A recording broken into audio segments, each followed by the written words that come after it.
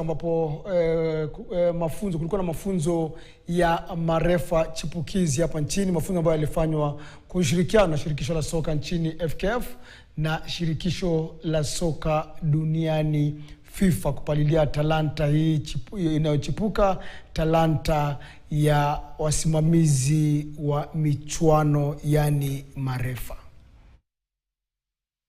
So hawa tushawa identify na utapata wengi wao wanachezesha Division 1 League na Division 2. So wale wako Division 2 tutaelevate, tuwalete kwa Division 1 so that tuendelee kwa monitor. Unajua wakiwa kwa National League kuna vile tunaweza monitor, unlike wakiwa Division 2 itakuwa ngumu.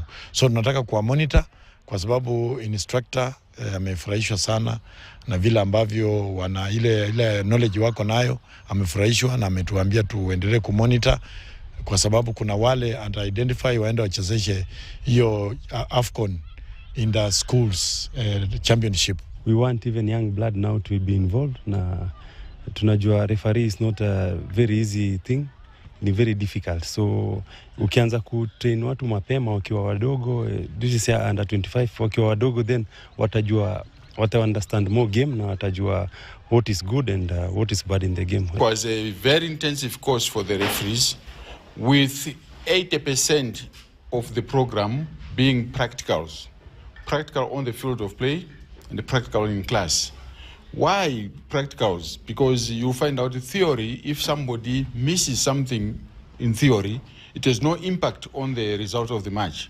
But if somebody misses something on the field of play, it will have a lot of, it has got an impact on the... See great future in the refereeing of Kenya because of this group, the young generation. We say them the young talent, but these are the foundation of the next generation of Kenyan referees. And I can safely say that if we keep as Kenya, if we keep this group together, we are going to go very far. This course, I've been here for 5 days, and it has been an impactful days.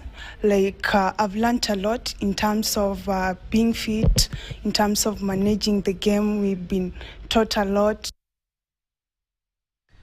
Naam, tusoe katika masala ya